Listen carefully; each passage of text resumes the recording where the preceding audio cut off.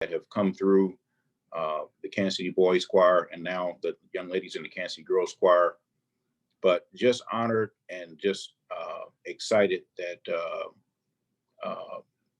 to see you and so many of the young men be successful in life, because as you know, the Kansas City Boys Choir is a choir, but it's not about the singing. It's about the etiquette. It's about the respect. It's about the building leaders. It's about all the things that Mr. Robinson and the staff has instilled in young people that make you an all-around boy and now an all-around girl and make you successful in life.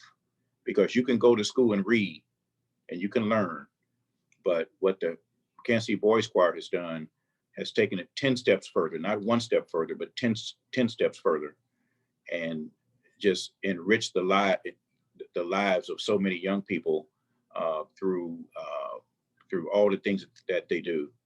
And look at you now. Look at all you guys on the phone, and so many that are not on the phone. And again, I'm just thankful to be a part of it and blessed. So thank you for the opportunity. Of course, thank you for those words, Mr. Hobson. Something that I brought up in the book was about how the choir really wasn't just a performative choir. Like it was focused on trying to better the community, which was Yes. which is what the foundation was predicated on back when the Moon Man March occurred. So thank you for those words, and thank you for being here. And I also have 4 books, not just one. I'm giving 3 away as Christmas presents. Oh, awesome! That's amazing. That's amazing. I think I already said this in here in the chat, but I went ahead and recorded. So don't be alarmed by the recording. We're going to record so we can post this on our socials for everyone who wasn't able to make it. Also, keep your microphones muted, but feel free to turn your video off and to turn your video on, so we can see your beautiful faces. If you're not comfortable, obviously you can keep them off, but you don't have to keep your video off. I just want to put that out there.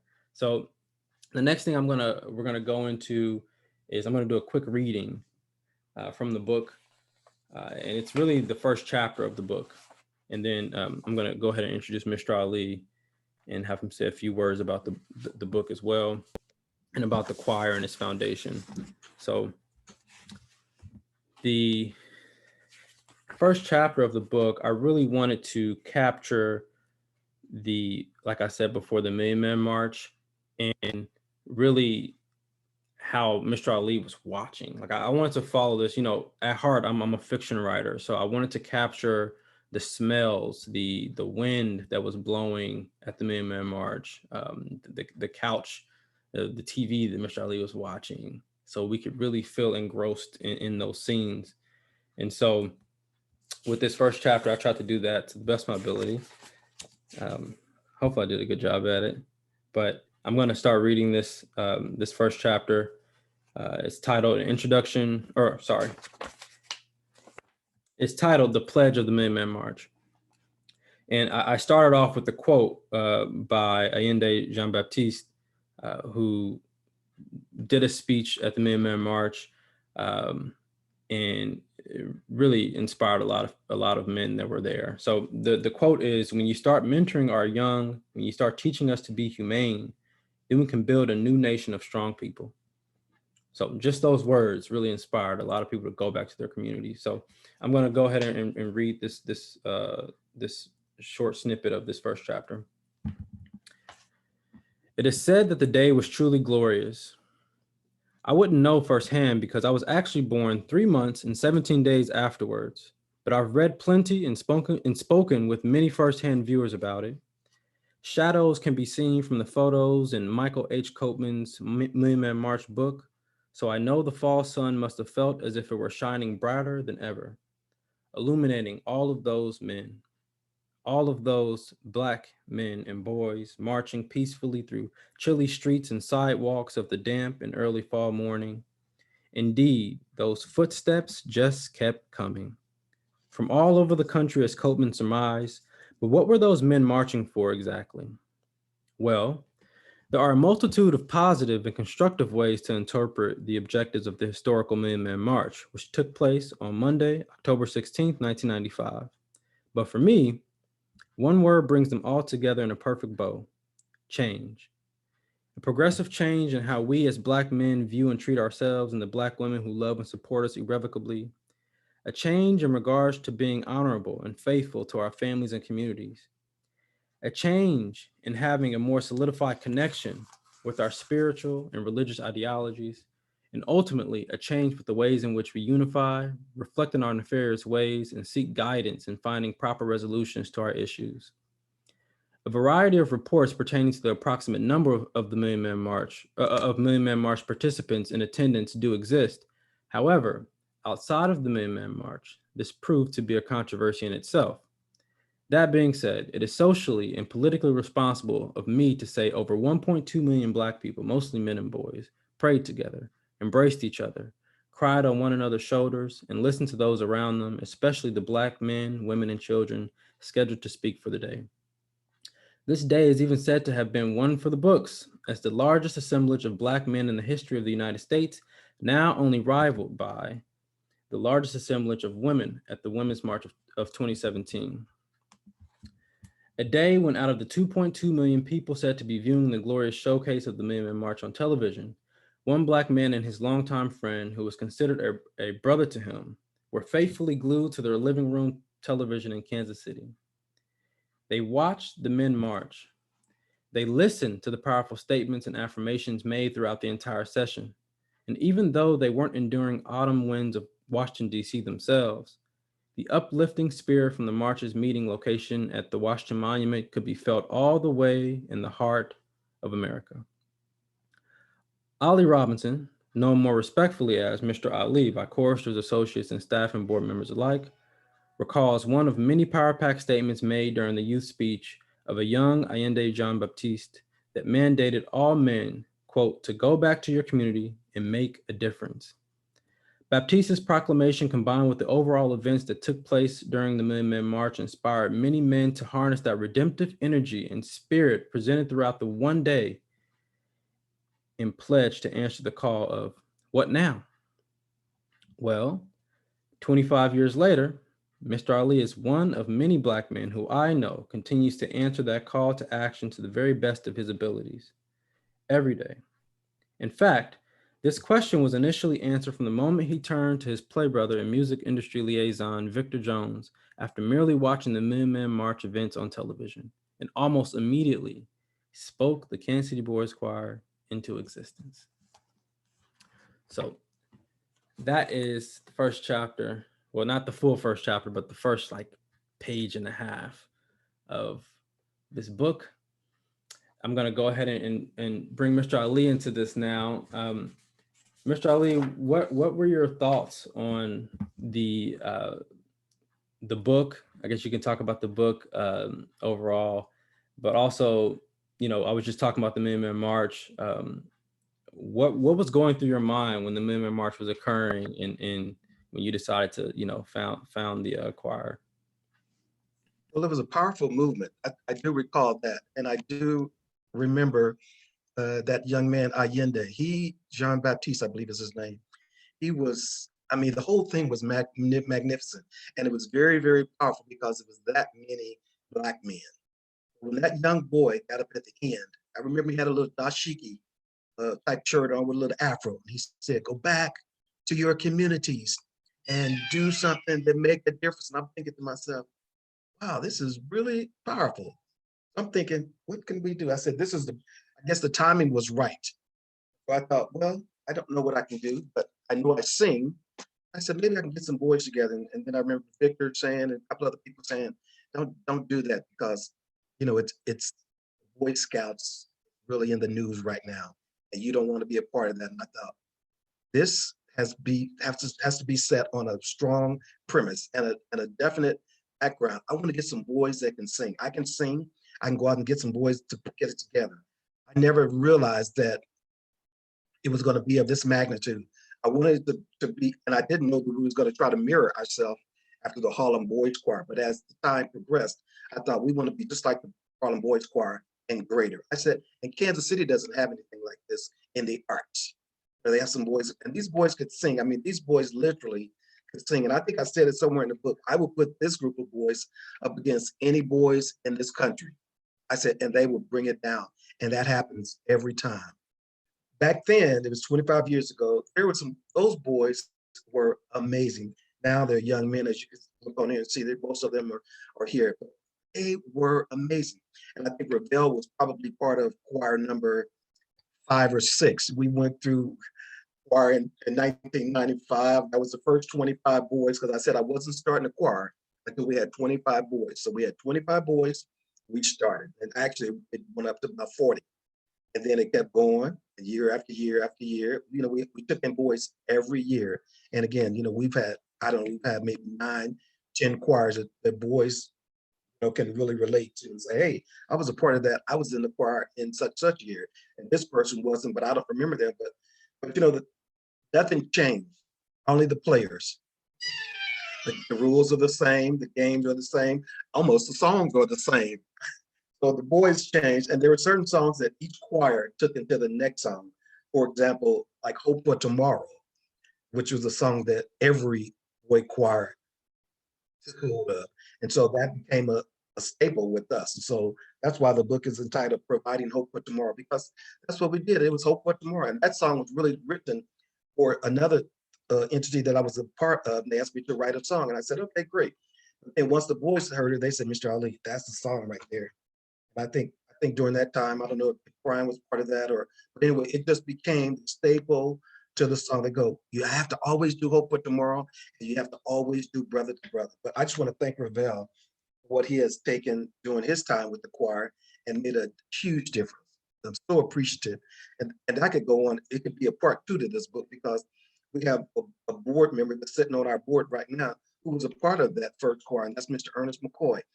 Now a board member, you know, and just, I mean, it could go on and on and on. It's historical, you know, it's history being set. And these boys have laid platforms for so many other boys, you know, and I tell them all, keep in touch with your brother, because when you go to Washington, D.C., you can call a Ravel Rogers, or if you go to California, you can call a Brian Kennedy, or even right down the street. If you go to St. Louis, you can reach out to Lamont. They're everywhere. I just want to say that. I just want to say thank you for your time, and thank you for the vision to come to me and you know, make this happen. Yeah. I don't want to run out of time. So No, yeah, you're good. You're good, for sure. And I know something else about the choir was, we had a chapter in there about you being kind of the first big brother. You know, the choir has the big brother, little brother system. right. And something I talked about in the book was how you were kind of like the first big brother for the choir. You were the first example or first model that a chorister see when they first get oriented into the choir. Absolutely. So what made you kind of go into that frame of approaching, because it seemed like it was mainly about kind of demanding respect and not just for others, but not just giving it to others, but demanding it for yourself as well. I wanted a well-polished group of boys, so they had to respect each other. They started out polishing your shoes. You had to shine your shoes. You had to learn how to do a bow tie. I mean, a tie. I mean, all those things were essential. And that's your brother. I don't care what color he is. I don't care how fat he is. I don't care how small he is. I don't care what's wrong with his hair. Because we have one boy that changed his hair every rehearsal, every Saturday. He came in with a different hairstyle. I said, hey, leave him alone. So the point of the check-in was to find out how that boy is feeling physically, mentally, and you know, and it goes on. So, and I remember the day when one boy checked in. He said, "I said check in." He goes, "Physically, I'm not doing real good. I have a headache. Mentally, I'm okay." So another boy was messing with him. Mm-hmm. He turned about and hauled him out. All you know, just boom. I was like, hey. He checked in and he told you how he was feeling mentally. He said, "I got a migraine. Just don't bother today." You know, so I mean, it was all about respect. The whole thing is all about respect. What you say, how you say it. You can't say shut up to your brother. That's your brother. You can't say, huh? You say yes. I mean, so those things were all a part of the choir. I mean, the choir wasn't really built on the choir and singing. The choir was built on a whole lot of other foundational things that are important for young Black men in our time to go up the rank and be respectful. That's what it was all about. Yep. And I'm even like, while I'm talking, y'all probably knows I'm like trying to make sure I don't say too many times. Like Right. I'm like, I mean, no, like I'm trying, because you would get fined for stuff like that. People get fined. So, Absolutely. so even to this day, like that's like etched in my mind. So, but it's very important. It's very When important. I get in interviews, I get in meetings with different people. You have to have a quick response, and you have to know what you're trying to say. So one of the last things that I want to ask you about the book was the testimonial section. Later on, we're going to have a couple associates talk about their the testimonials and their experiences in the choir. But what was kind of your reaction to the testimonials? My reaction? Yes. Oh my gosh. I think I mentioned this. We had a Zoom call about, maybe we try to have them every month. And we had one last month, I think. And David Foreman, I hadn't got to all the testimonials yet because, it's like a little bit by little. I'm reading, I know this is kind of ironic or crazy, but I'm reading 5 books right now. One's in the kitchen, one's in the bedroom, one's in the bathroom, one's in the car, and one's actually in the bed. So I'm reading 5 different books at the same time. However, when I got to his testimony, I was just blown out of water. I'm like, I never really knew how those boys felt about Mr. Ali, other than whose testimony are you talking this about? was David Foreman's. Okay. I never really knew how those boys felt about Mr. Ali. I know that I only wanted one thing: respect. You got to respect me. I'm going to respect you. You're going to respect me. I don't care what you think. You're going to respect me. And so, just to hear his notes was, it blew me out of water. I'm such a crybaby, and so every time I would read, I'm like, oh gosh, I can't believe that. So I had to put the book down and start all over again. But it was phenomenal reading his writings, and like I said, I've not gotten through the whole book yet. I have to read them piece by piece because I want to read them very, very carefully. And just hearing that it blows me out of water. I was not trying to blow the whole thing up and be like, Mr. Ali, Mr. Because it's not about me. And they know that. It's about the boys. It's about the boys in the choir, because I want to know, where are they now? What are they doing? What can I do to help you stay there? And what can I do to help you get to the next level? You got to reach back and bring somebody up. That's what it's all about. Because you're in a position where you can reach back. Lamont's in a position, Philip's in a position, all these boys on this Zoom are in a position to reach back and bring the next boy up. He was on their Zoom, and one of the boys saying, I just couldn't find a job, or I can't do this, or I need to do this. And another brother spoke up and said, hey, give me a call. Let me help you out. And 2 brothers was like living in Atlanta, right down the street from each other, and didn't know it. So it's phenomenal. I just wanted to make and you guys are making the difference. That's what it's all about. You guys are making the difference. So those are just.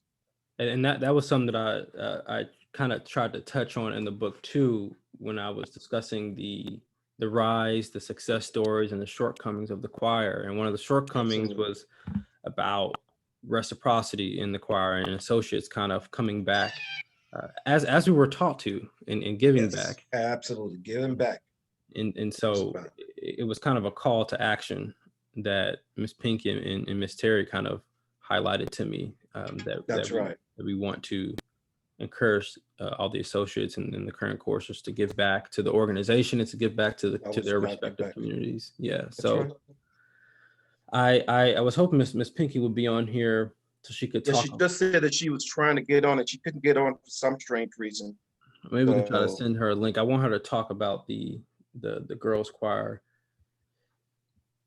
a little bit, but until Miss Inetta is here, I'm not sure if she probably, Miss Inetta had a boy in the choir, so, but she still might be able to, share something. Yeah, Miss Inetta, do you mind sharing a little bit about the girls choir and your experience with the boys choir as well? Sure, thank you.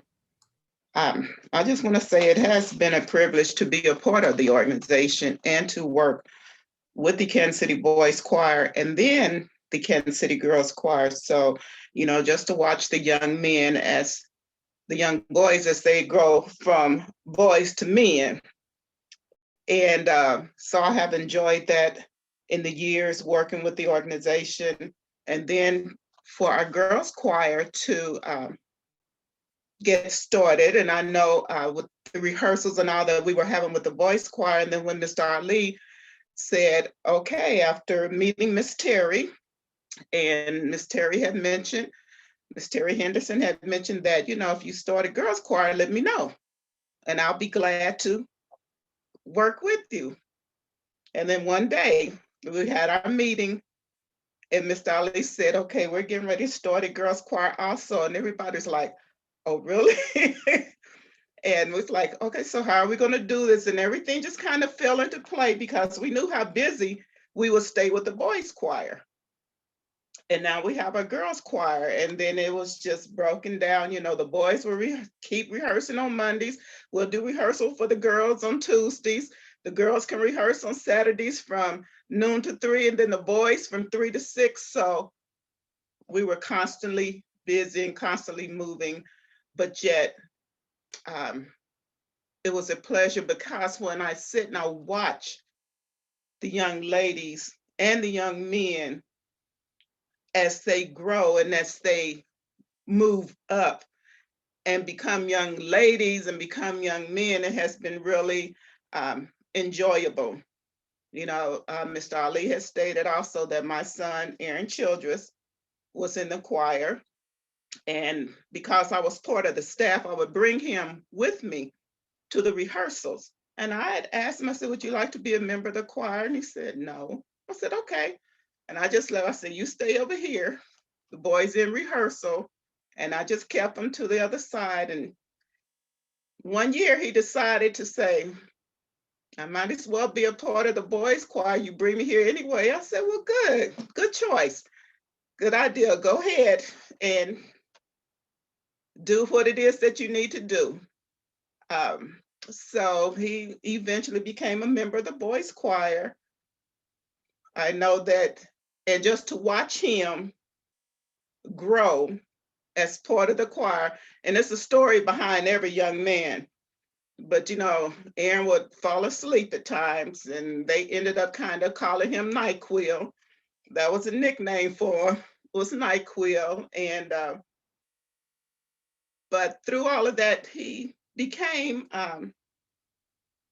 Mr. KCBC one year, and he was really excited to know that he was Mr. KCBC for that year. So still to this day, I'll watch Aaron when he's standing, and I just kind of happen to look down at his feet. His feet are usually still in the same position as the choir would stand.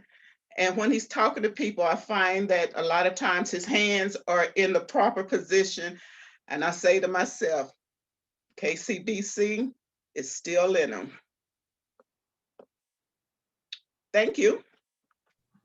Thank you for that, Miss Anetta. Yeah, I was just talking about that too, like how a lot of the things that I learned in the choir like stuck with me. Like even I remember there was a time where Mr. Ali would come in to rehearsal and he would have like $1 or like $5 or something like that. And he would say something like, he'd be at the front of everybody, he'll say something like, you know, in life, if you really want to get something, you got to just get up and take it. You got to just get up. So if I have some money and I'm saying I'll give it to you, you got to just get up and come take it. You gotta take what you want to get. He'll just keep repeating it. And eventually we're sitting there and we're like, and then out of nowhere, somebody get up and just go get the money. It was like, oh, dang. But it was like a lesson on like, you have to take advantage of opportunities when they're there. Like, and I'm sure there are other like subliminal metaphors you can take from that lesson, I guess, or lesson of wisdom. But it's just a lot of little tidbits that I got from the choir that I still hold on to today. Like I was just talking about the ums and stuff, but there are plenty of other things too that come up, and hopefully some of the other associates can kind of speak to this as well. I do want to read from one section from the book, another section from the book, as we get into the next thing. So there was a chapter on the brotherhood, and I kind of talked earlier about how Mr. Ali was kind of the first was the first figure or first brother, big brother. We have the big brother, little brother system, but Mr. Ali was kind of the first role model that everyone kind of watches. And so with the brotherhood for the choir, there was really just this camaraderie that was built. Like even when we did like competitions, it was like, and I played basketball growing up. So it reminded me of like playing on a team, like going to those competitions, you built trust. And like I said, camaraderie with everybody, and it eventually became a brotherhood. And now, you see associates now calling each other brothers, even when they haven't seen each other in years. But because they have that association with the choir and Mr. Ali, we know what that means and what that's associated with exactly. So I'm going to read this section. It was kind of the intro to the testimonials that all of the other associates kind of did. It was just like a short introduction to it. So I'll just jump right into it. I'm on page 99 for everyone who has a book at home. For me, the brotherhood never ends, as the song states, quote, "There's always hope for tomorrow." So whenever I'm back home in Kansas City, I try to make a habit of touching base with Mr. Ali and the Kansas City Boys Choir, because through my many years of studying life lessons, I've learned that the hope lives on with the youth. The hope is making that positive change in your respective community, which is one of many commandments, or one of many commands the Million-Man March mandated back on that chilly fall Monday in 1995. The hope is me, you, and anyone else with enough agency to reflect on the past and impact the present and the future. And I know for a fact that I'm not the only associate of the KCBC who goes back and gives back to that true hope in an array of ways, into an array of organizations, including the KCBC. There are many more KCBC testimonials to be seen, heard, and read. And then that's when we kind of go right into the testimonial. So I'm going to start picking out a couple associates that I know are here. I hope y'all ready. Just to expound on, or to expand on your testimony that you kind of included in the book. One overarching question that I asked everybody was, what is the hope for tomorrow, or how has the choir contributed to the hope for tomorrow? I'm gonna start off with Lamont, and Lamont, when you come on, do what we typically do, say your name, and you can say what year you graduated from the choir. If you remember the parts that you sang too, you could say that. And then, yeah, just tell us a little bit about yourself and your experiences with the choir. Before that, I'm going to read a little bit from your testimonial. And it was really your response to the hope for tomorrow question that I brought up. So you had said in response to the hope for tomorrow question was, "We, the boys, become the hope for tomorrow, which actually is today and right now. Hope is to want something to happen or be true and think that it could happen or be true. Mr. Ali wanted something better for the community, and he saw that it could happen and be true through the KCBC. Here we are, 25 years later, still proving that there truly is hope for tomorrow. And it begins with you." So Lamont, go ahead and take it away, brother. Well, I want to say good afternoon to everybody. And Ravel, thank you so much for your ingenuity in creating this book, and to Mr. Ali and to everybody that is here. Good afternoon. I'm so very thankful and grateful to be able to share this moment with you all. I'm probably going to get fined a lot because I've grown up and I didn't really talk that well. So I tried to get the lessons and get rid of all the ums and stuff like that. But my response to that question about hope, it is still impactful. And I was just thinking when we sang that song and just how hope was instilled in me, KCBC really saved, I would say it saved my life from turning to drugs and to gangs and to the streets, because that's what I grew up around in Kansas City in the 90s. Like everybody was doing drugs and becoming alcoholics all around me. And that's something that I know I did not want for myself. And so I was just like, I remember the days where I would long to get out of that environment and get away from those types of people. And I get a letter about this choir, and I was like, I don't know nothing about this. And it's saying I was accepted. So I was one of the first members back in 1995. And I think I was 14 years old then. And I'm now just turned 40. Like, who do I still look like I did when I was 14? But it allowed me the opportunity to get into a healthy environment and to use and cultivate the gifts that I have. And Mr. Ali gave me, and the boys, my brothers, gave me so much hope and still give me so much hope and inspiration for that, as you talked about, Ravel, in the book, change.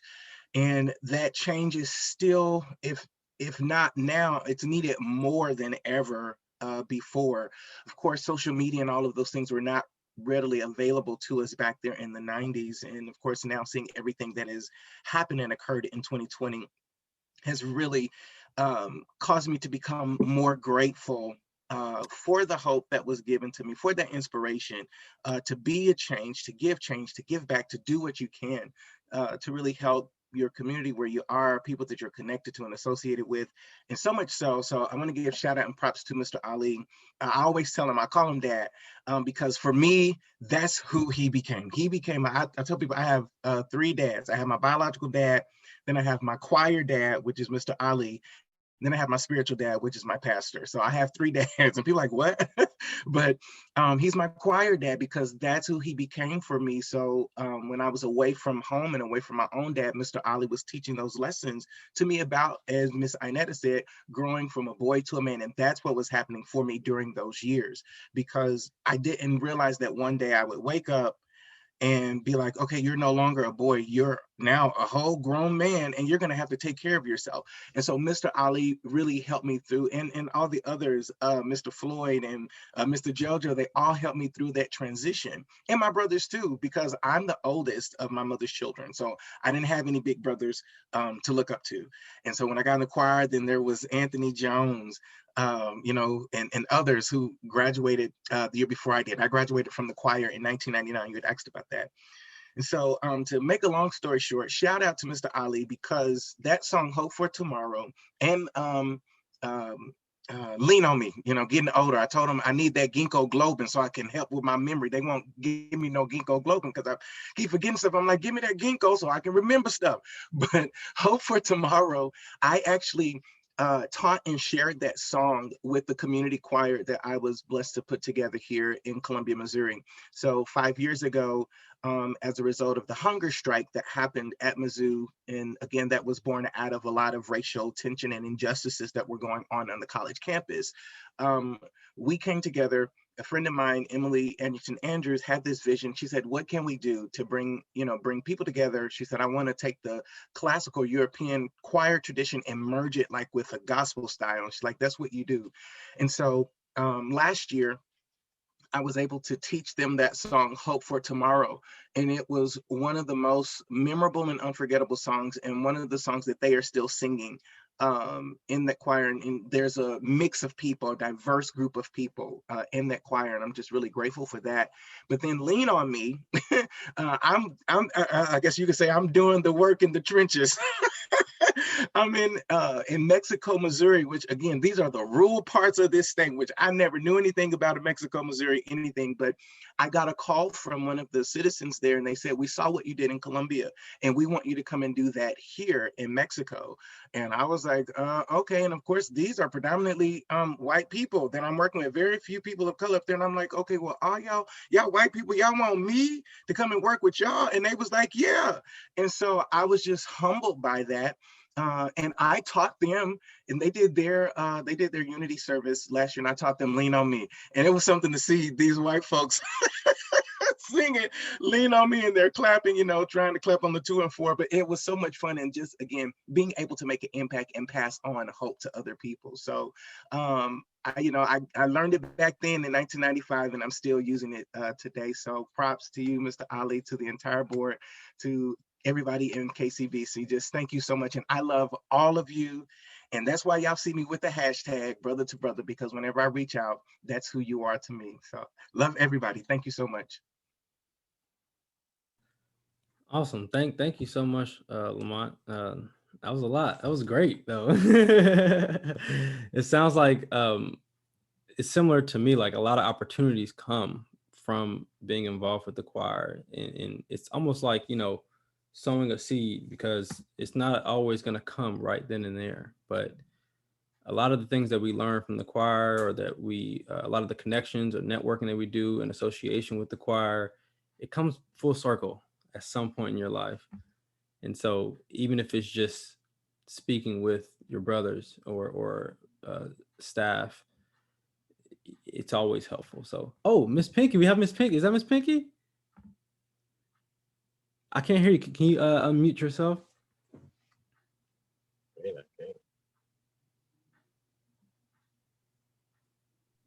Okay. There we go. Hey, Miss Pinky, how are you? Well, I'm better now. I can join on my phone, but I can't on my computer. So I've been having a tough time. Oh no, I'm sorry to hear that. Well, we're glad to have you on now. I was wanting you to come on for sure to talk about the Kansas City Girls Choir and the foundation. Miss Anetta was kind of talking about it a little bit, but it'd be great if you kind of expanded on that. And more specifically, I wanted to hear your thoughts on Miss Terry and her involvement with the choir. And if you could speak to, because I know you all talked before you sent me your responses. So if you could give me, I don't know, some insider about, last moments you kind of had with her about the choir, that'd be great too, if you feel like sharing. Okay, then I'll start with Miss Terry. Okay. Okay. Because Miss Terry, she was just so awesome. I tell you, she was such an elegant young lady, and she passed that on to the KCGC choristers. And I was just wondering, I'm sure most of us knew that she was a stunning model, and she did that for the model shop there in Kansas City. And she would do runway shows, television commercials, and films. And one of her other proud accomplishments was that she was featured on many Hallmark cards.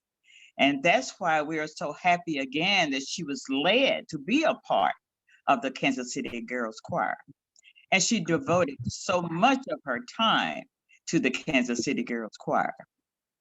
And they can vouch for me. She mentored young women in health, beauty, and self-esteem.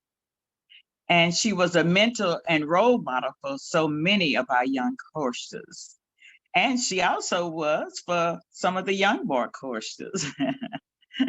And I just loved the way she was so patient, kind, and sweet.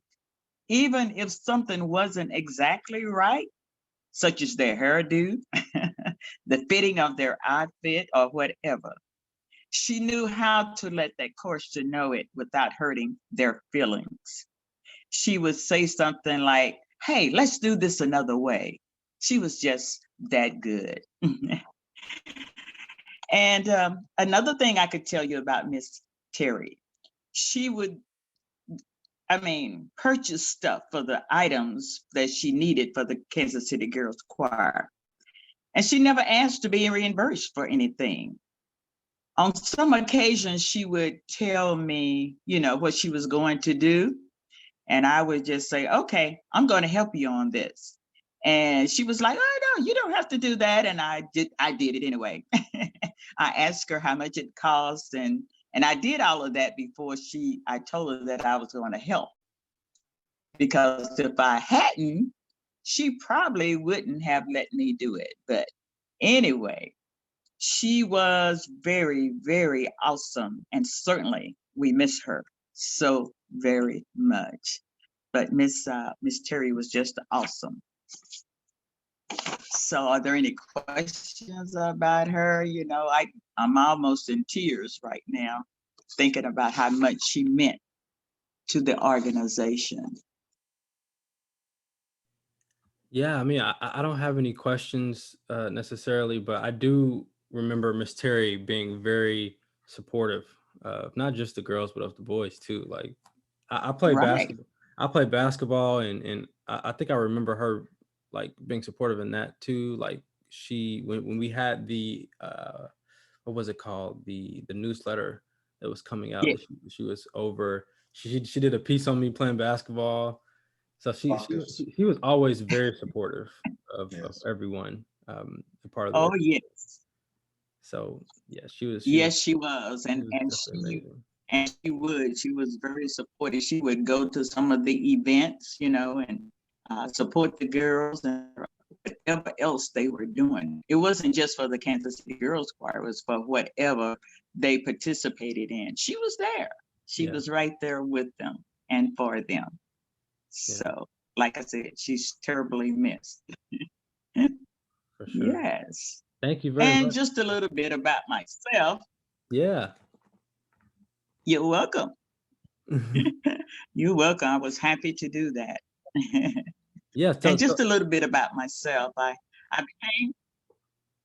became acquainted with the Kansas City Boys Choir because Mr. Ali, and I don't know if you remember, he was the musician and the musician leader for our church, the Peace Baptist Church. And so I became aware of the Kansas City Boys Choir and the Kansas City Girls Choir through him because he was there as well. And I was just very happy to do the little bit that I could do, just to be there and to help with both of the choirs and to make sure that they were instrumental in making sure they sounded great, as well as making sure they understood, what they were all about. And when that happens, Mr. Ali was so good at it, it was easy for me to pick up on that and help in that area as well. My main position was to make sure info was provided to the parents of both choirs. And then after several years, I became the special events coordinator. And what that was is just ensuring that there were people out there that wanted to join the Kansas City Boys Choir and the Kansas City Girls Choir. So I would make sure they knew about us and how they could audition and what they needed to do, and that type of thing. And later on, I also participated in making sure that the invitations that we received were responded to, because everybody else was so busy. So this was just something that I would be able to do. And there were so many. I thank Mr. Ali, and I thank the board, and I thank the other staff members for allowing me to be a part of the choir and to do what I do. All of them are just so awesome. Of course, it would take me too long to name them all, but real quick, Mr. Hobson, Mr. Ali, Miss Jessie, Miss Inetta, Miss Tracy, Miss Misty, Mr. Fred, Miss Diane, Miss Pam, and so many more. But again, that was my contribution, and I'm glad to still be a part of the Kansas City Girls Choir and the Kansas City Boys Choir. If they tried to fire me, they couldn't get rid of me. So, and I thank you for doing this. This is awesome because I don't think that we have been publicized as much as we should be because of how great, we are. So thank you for doing this. This is awesome. I appreciate it. Yeah.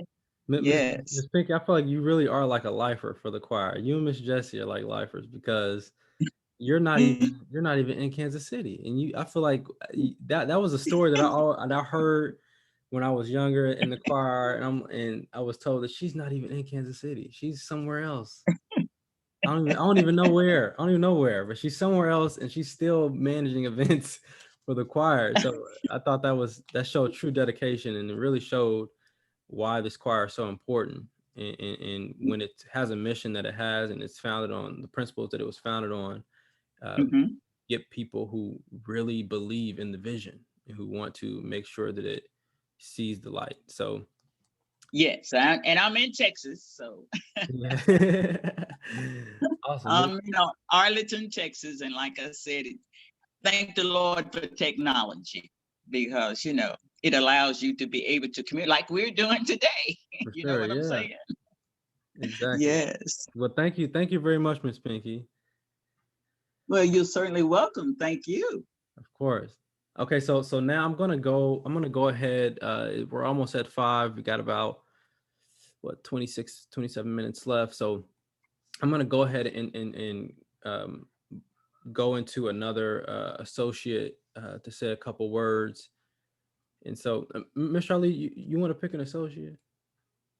I know you see some names on there. I could Well, point somebody out. yeah, I don't want to be partial because every boy has a secret. Somebody said that every boy has a story, and so I'll let you be responsible. So Okay. And I'm his favorite. Okay. Well, you know what? You were talking about David's testimonial in the book. So David, I don't know if you're still on. I know your video's off, but if you're there, awesome. You mind saying a couple words, just expanding on your testimonial in the book and your experiences in the choir? I guess I could, and I would just say good afternoon, everybody, or good evening, wherever you might be. Yeah, it's one of the I joined the choir at an amazing moment in time where things were I think at kind of the start late but we joined later into the choir, and things were kind of new. The world was different. We had different concerns.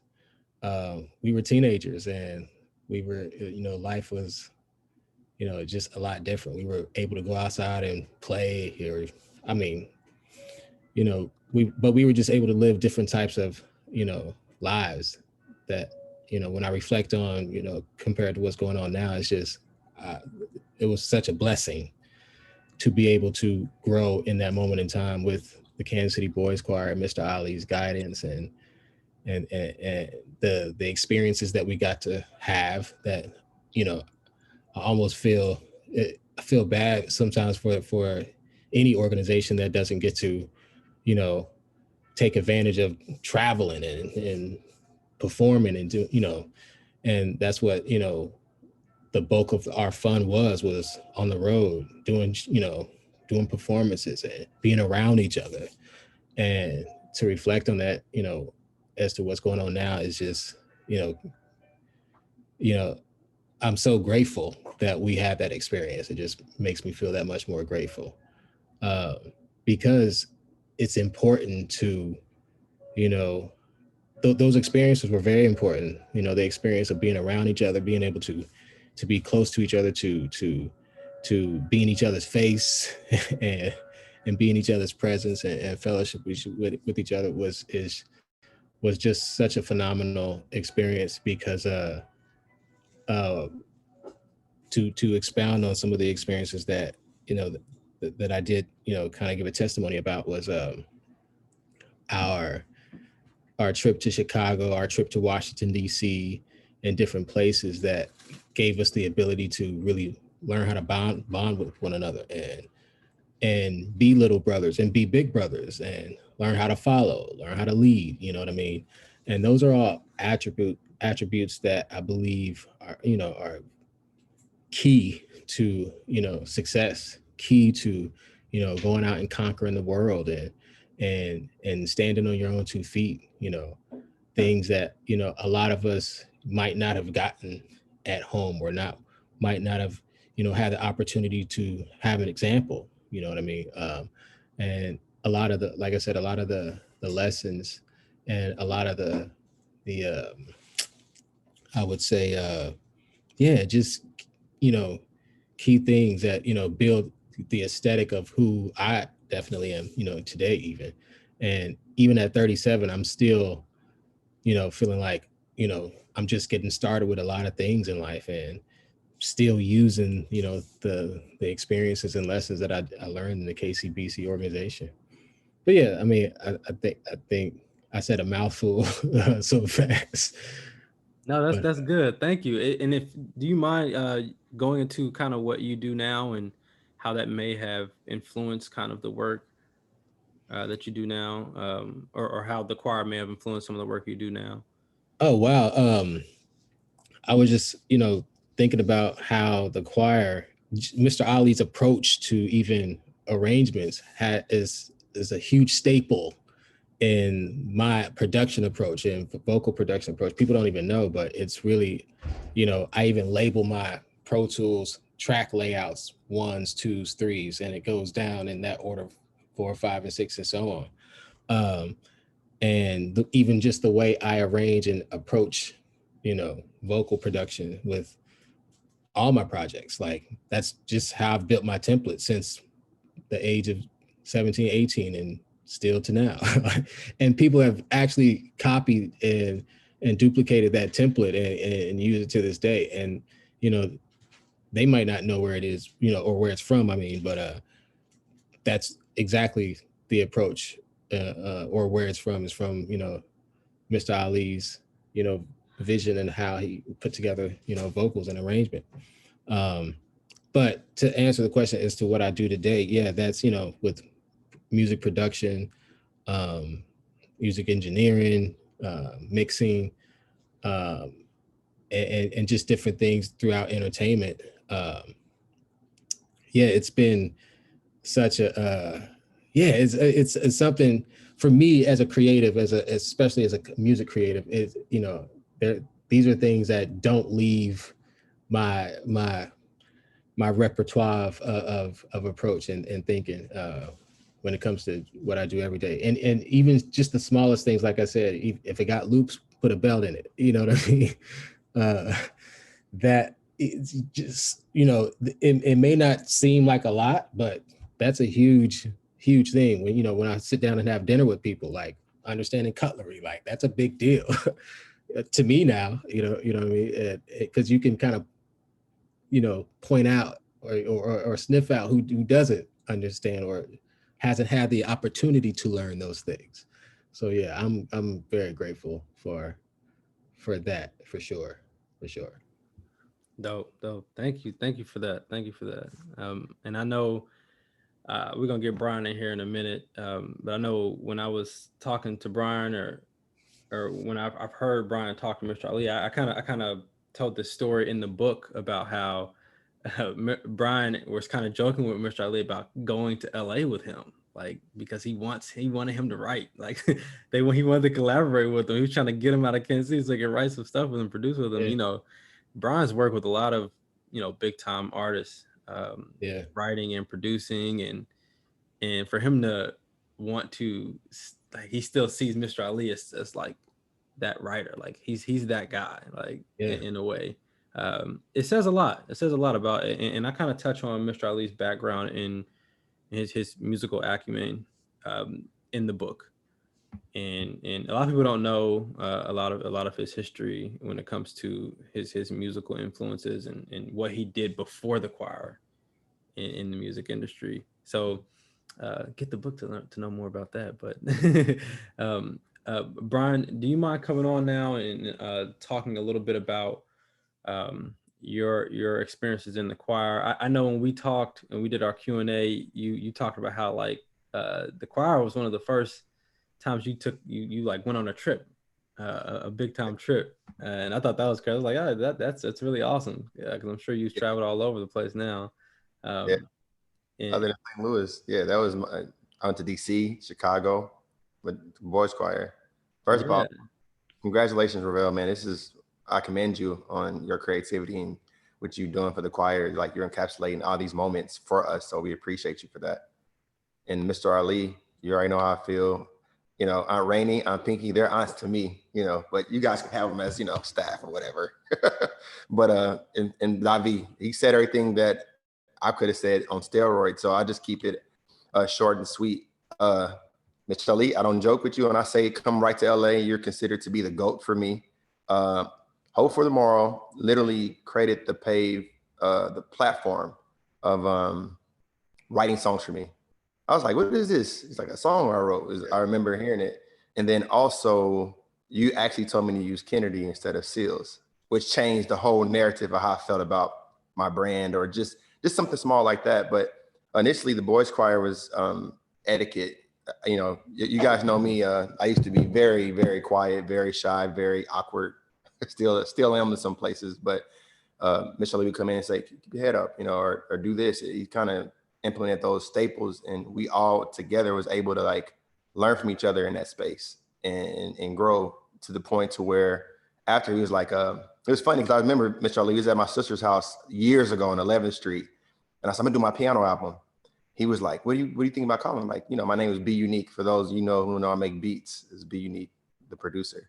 And Mr. Lee said, I like the title, Unique Season. He said, cool. He said, one more thing. He said, make it Kennedy. Don't make Seals, it's good, but Kennedy. And man, that changed the narrative, bro. And so Mr. Lee always saw, and everyone else, like from my Pinky to Michael Hobson, all these guys, they saw the bigger picture. They saw that time would be maybe not where it is now as far as what's going on, but they seen that fact that we're going to grow up into men.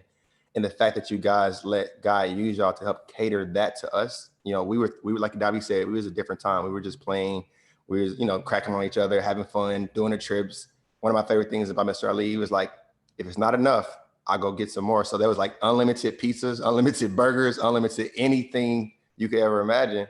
And we were just being kids while you guys were ushering young men growing up, and you guys knew that. And to this day, I'm grateful for that, you know? So the boys choir has changed my life in so many ways. You know, if I wouldn't be half, you know, where I'm at now. So those who don't know, I'm a songwriter, producer, composer, but also moving into the space of innovation. I'm talking to people that I never thought I'd talk to. I'm having conversations with Quincy Jones and Jimmy Jam and all these different people. And I realize now it's like the staple from that, like Davi said, his Pro Tools setup is tied. So Mr. Ali, you're tied to our lives, man. Like the organization and is tied to everything, the fabric of everything we do, you know, and not, you know me, one thing I learned from more than anything from, what's up, Terrence? About everything was humility. But in this moment, I want to share something, you know, that took me on a journey. And for those who don't know, I went through chronic kidney disease for 8 years. I came to LA right when I struck big as a writer, producer. I had renal kidney failure. And during that time was super transitional. Mr. Ali would call me in random nights and we'd talk about it. And to the point to where I used to blame the music industry for it. And I had to feel even Davi, man, he moved my whole entire studio single-handedly. And that was a big studio to move. And it made me feel like he said, we have family, it's a connection. It's more of a, I would say society, but more like a, I don't know, whatever this is connected. Like Lamont, he'd call, hey man, you know, I see him. He said, you good? I'm praying for you. No one was ever trying to poach me for anything, you know, but even if so, the access is here. So anyway, what I'd like to share with you guys is what used to discourage me when I was sick now is a representation of history. And in that history, as the boys choir is a staple of it. So here's some of my wall. If you guys care to see, this is what I was able to do with the guidance of Mr. Ali Roberts. I don't know if I can see it, but it goes up and it goes up and it goes up. And I got more coming, so some couple of awards here. And I show y'all this not to, you know, because I'm not trying to stunt or anything like that, but I show you this to say, if it wasn't for this organization, I wouldn't even have one of those plaques on the wall or anything else. So I just want to say I'm grateful, I'm appreciative, and thanks. We still keeping it going to another 20 plus years. Mr. Ali. Yeah, that was the last thing you said in our interview. It was like 25 more to 100 more. We're gonna take it to another level. Like y'all plant the seed, and it's not gonna not grow into what it's gonna be. And as we move into the era of tech and everything that's happening in Davi's life, my life, we have conversations outside of the choir, but directly about the choir. And we want to. I mean, I'm not stopping until I see a Kansas City Boys Choir building. I'm not stopping until I see, you know, scholarship programs, you know, international status, and like, you know, things like that. Like we should be a resource. And we you know, that's not for this, but just know that y'all put me in a space to come back and give back on an ultimate level. Whereas, you know, funding things and creating things, the Ali Robinson Hall, the Hobson Hall, Mason Hall, like all these different things that you guys did for us, we're gonna pass down and carry it for generations. So yeah, that's beautiful. That's beautiful. And I really feel like it's a situation with, now that we're getting, we're all older, we get older. Basically, there are people who are in the choir who are older now, and they can give back and they can contribute. And I feel like it's almost like we're taking turns, or we can take turns with doing things for the choir, and not just for the choir, but in our respective communities as well. So before I know I won't, Brian, thank you for all your words and for being on here. Thanks everybody else for being on here as well. Before I go into, because I do want to leave some time for Q&A. Before I forget, I want Rasan to kind of say a few words as well. Rasan, you mind coming on? Oh, excuse me, Ravel. Yeah. Yes. Hey, this is Mike. Real quick. I apologize for interrupting. I gotta go to another Zoom meeting. My nephew's graduating from college, but I tell Mr. Robinson all the time that I don't think he realizes, or anybody on the staff realizes, what he and Miss Inetta, Miss Terry, Miss Pinky, Miss Jessie, I don't think they realize how big this is and what the impact has been on young people, you guys, the girls.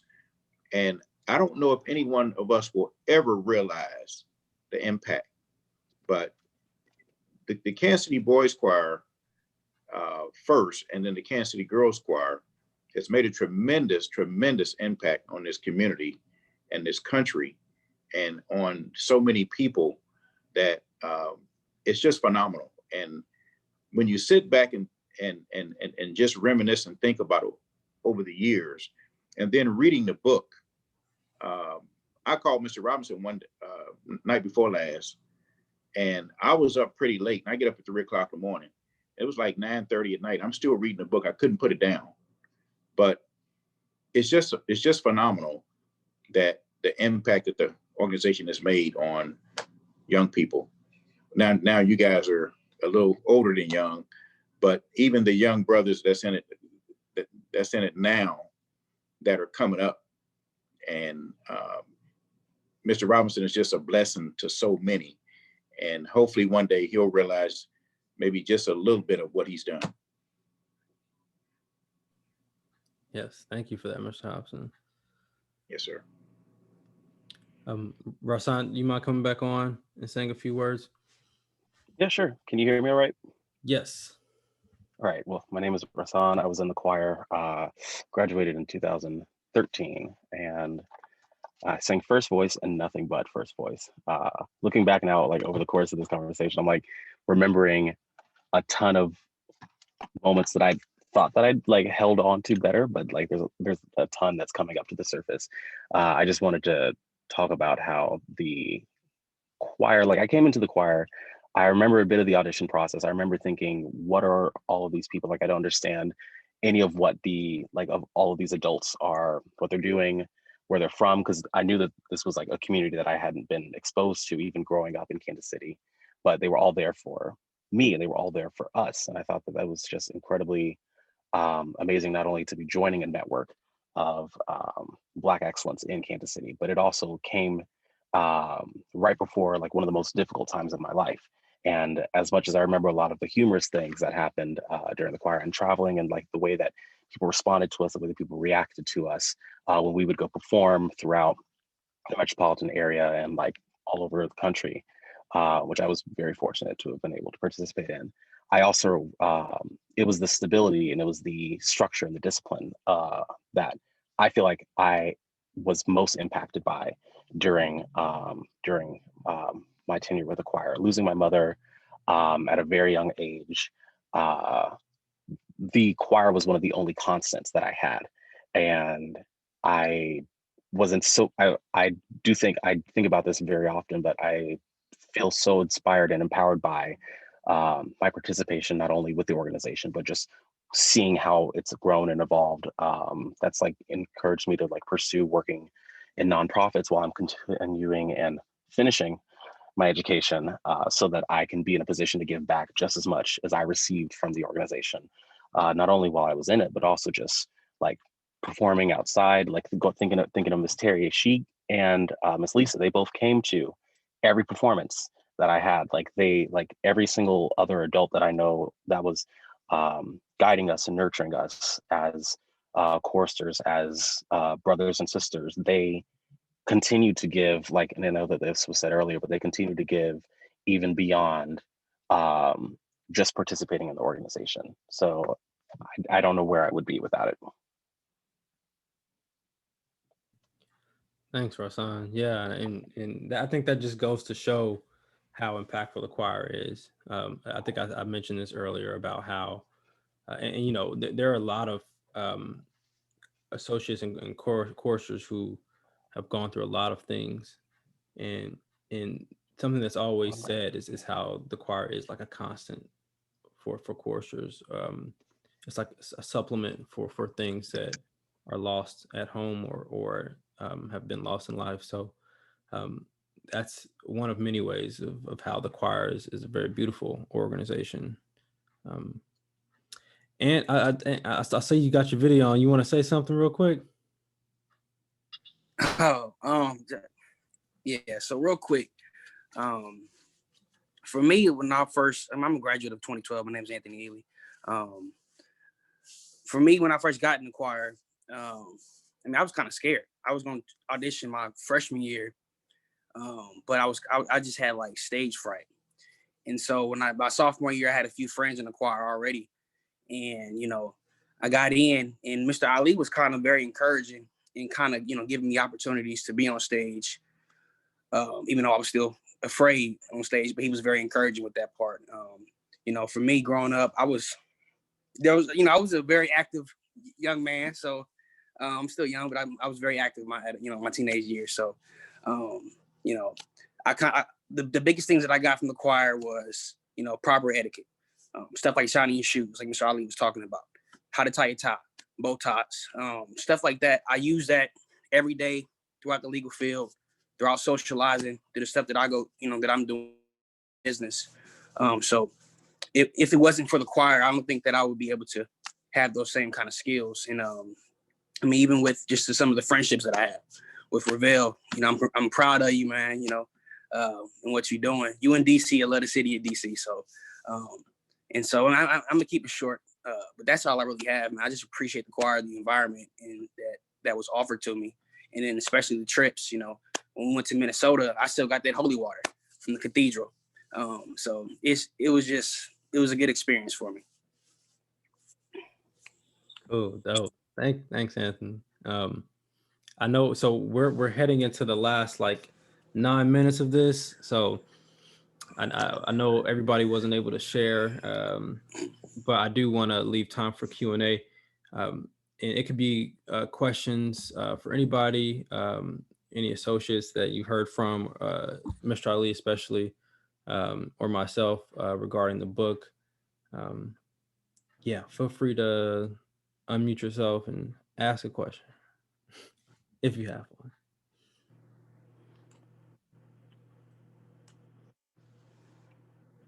What would you say was the most challenging aspect in the process of putting this book together? Because you've been working on it for some time. Yeah, so we started working on this book like what, 2 years ago, Mr. Ali? It's like a year and a half, 2 years ago. About a couple years ago. Yeah, I think one of the most difficult things maybe was kind of curating how I want this to look, Right. and be outlined, and then getting all the information. So because a lot of the people that I was talking to, they're not like technological savants or technology enhanced people. Like they're not on the internet frequently. So I had to like make phone calls and actually talk to them on the phone. I did a lot of recordings on the phone. And you know, people have busy lives, especially with this past year. There's a lot of things going on. So it was kind of hard to get in touch with some people. But once I did, it was, you know, beautiful conversation. So that was probably the most difficult aspect of it. Another thing was like the research. It was a lot of research put into this book. And luckily, a lot of the research that I did, I was able to actually talk to a lot of those writers and authors, like G.S. Griffin. He did a blurb for us, and he actually reached out to him, and we were able to go back and forth and talk a little bit. Another thing that I think was probably the most difficult, and this is like aside from like the actual content of the book, but talking about the ambitious stories publishing, just publishing the book, the publishing process is very complex. You know, when you say you want to publish a book, it's like, yeah, let me just publish a book, but there's a lot that goes into it. You got to find a distributor, you got to figure out marketing rollout plans, marketing campaigns, you got to actually build a following. You got to figure out how to use Zoom now. So and with this book, you know, there are a lot of different options that I had as far as like getting a gloss look or the matte that we have. I just like the matte because I like the feel of it. I like the It's texture a nice of it. feel. Yeah, I like the texture and the feel of it. And then for the cover, me and Mashali kind of went back and forth a little bit about the cover and what we wanted to do. But he said he wanted a collage basically, and I thought that was a great idea, and I think it turned out pretty nice. Made sure to have Orlando right in the center there. So yeah, I think the publishing process was probably the most difficult, and then secondly was just the research itself. Good question. Thank you. I have a question for Mr. Ali. What would be your vision for the future of the Kansas City Boys Choir and the Kansas City Girls Choir? I'd like to see the choir. I think Brian probably said it best. I'd like to see it flip and go. I mean, it's still going, but I'd like to see the associates come up with something spectacular, because they're products of the Kansas City Boys Choir, and they can let the world know. I was in the Kansas City Boys Choir, and this entity we call the Boys of Kansas City, because we're from the Kansas City Boys Choir, and now we're doing something altogether different because they are amazingly talented. I mean, those 40 boys, the 25 that first started the choir and going into to 40, those boys are super, super talented. You know, now we just have boys in the choir. A lot of them still sing, a lot of them can sing, but I could put all those boys from that first choir and triple, and they would catapult over people. They do some amazing somersaults. It would be phenomenal. No other entity across this country could do what those boys could do. I tell you, the same thing with the girls. Girls are very well trained, very disciplined, and they know exactly what to do. Same with the boys. The discipline is absolutely key. They know what to do and how to do it, and they can find another part and jump on it just like that and make it happen. There's the concept right there. So I would like to see it continue. You know, I ain't gonna be here forever. This is the latter part of my life, and I have had a wonderful time. But take it and run with it, make it work. We got you, Mr. Ali. All right. We got you, brother. All right, that's ours. Mr. Ali, can you share anything about how associates can kind of give back, or how anyone can kind of donate to the choir or anything like that? Yeah, I think associates could always give back. You know, they have a fee that they're supposed to pay annually. Most of them don't know that, but they have a fee. Most of them gotten grown and they don't give back. So, you know, it's one flat fee, and they're involved. They're to all the concerts they can come to. Whatever we have, they're part of. They don't have to pay for anything. Once they're part of the choir, they're always a part of the choir, and the staff knows that. And the boys know that, so they can always get back. They can always write a check to the boys choir because somebody took care of them. Somebody, and I think Brian or somebody said it best: if it ain't enough, we'll go get some more. You know, if we don't, you know, I tell the boys, you used to tell the boys that all the time. Who don't have a shirt? We'll get you one. I got 25 board members. We'll get you a shirt. Who needs shoes? Okay, we got it. Don't worry about it. So, you know, my thing is ask. You know, if you don't ask, people won't give. So they can always give. They can always come back. I stop every rehearsal whenever an associate comes into that room. I say, associates here, let's give them some time. Tell us what you're doing. Tell us where you are. Tell us how we can help. Tell us what we can do. So there's always opportunities. There's a concert Sunday, so we'll send out some information. So be tagging on a Sunday. It's not an extensive full concert, but it's a concert our Christmas concert, and it's Sunday at 5 o'clock. So I'll let you know all about that, or I'll send some information out, or I'll send it to one person, and then y'all just kind of tag each other. So, Are you guys going to be streaming it live? streaming live, yes. Okay, perfect. And for anyone who doesn't, I know we're like in the last 2 minutes. If anyone has a question, I can jump in at any point, but I do want to just reiterate what I was saying earlier about the book's availability. It's also, it's not just available on our website, ambitiousstoriesllc.com. It's also available directly through our distributor, lulu.com. It's available on Amazon. It's available online at Barnes and Noble. So if you don't have the book, cop the book, get the book. It's a good book. It's a good book. A great book. It's a great book. I do want to thank Ms. Perkins for being here, which is Orlando's mom, and certainly appreciate her. So Yes, we have to give Ms. Perkins a book. Does she have one? I'll make sure she gets one. You have to get you a book. Okay. Any other questions? Last minute remarks? Final words, Mr. Ali? Thank you. Thank you. Thank you. Awesome. Thank you all for coming. Great job, Ravel. Thank you all for coming. And again, this book, you know, I view writers and even musicians even as like historians. So this book encapsulates a moment in time and moments in time that we'll try to remember forever. So with it now being in print, you can hold it in your hands. You know, you see books hundreds of years from now about all kind of stuff. So hopefully this is one of those books that people can lean on, especially with this pandemic year. 2020 is all this stuff going on with the election. The overarching lesson that I want everyone to leave home or to leave this call with is hope for tomorrow. That's what the book is about. It's about a man who started a choir organization from nothing, and now we're here 25 years later, and we're still serving the same thing. We're still serving hope. So what they say, there is hope for tomorrow. Hope for tomorrow. Amazing work, Mr. Ali. Is there time for me to say something? Yes, for sure. I'm sorry. Orlando was in the choir, one of the first ones. I think he was 8 years old.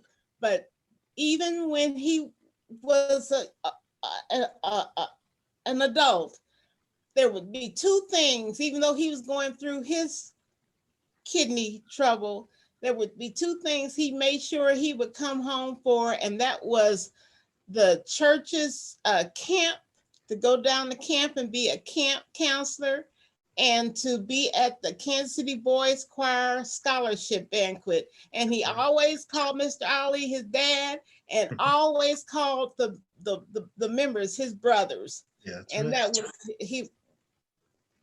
that was one of the things that just kept him going all when he was a kid, on up until his adulthood. So thank you, Mr. Ali. Thank you, the whole organization. I'm not going to try to name any names, just thank all of you. And thank you for publishing this book.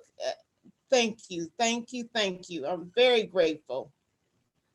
Thank you. Thank you for your kind words. Thank you for being here. I really appreciate you being here, especially on behalf of Orlando. So thank you for that. All right, everybody. Thank you for coming. I really appreciate you all. Like I said before, if you don't have the book, get the book and continue to support AmbitiousStoriesLLC.com. Check out the Kansas City Boys Choir, www.kcboychoir.com or .org. Check it out and be prepared for that concert that's coming soon. All right, everybody. Peace. Bye. Thank you. Thank you.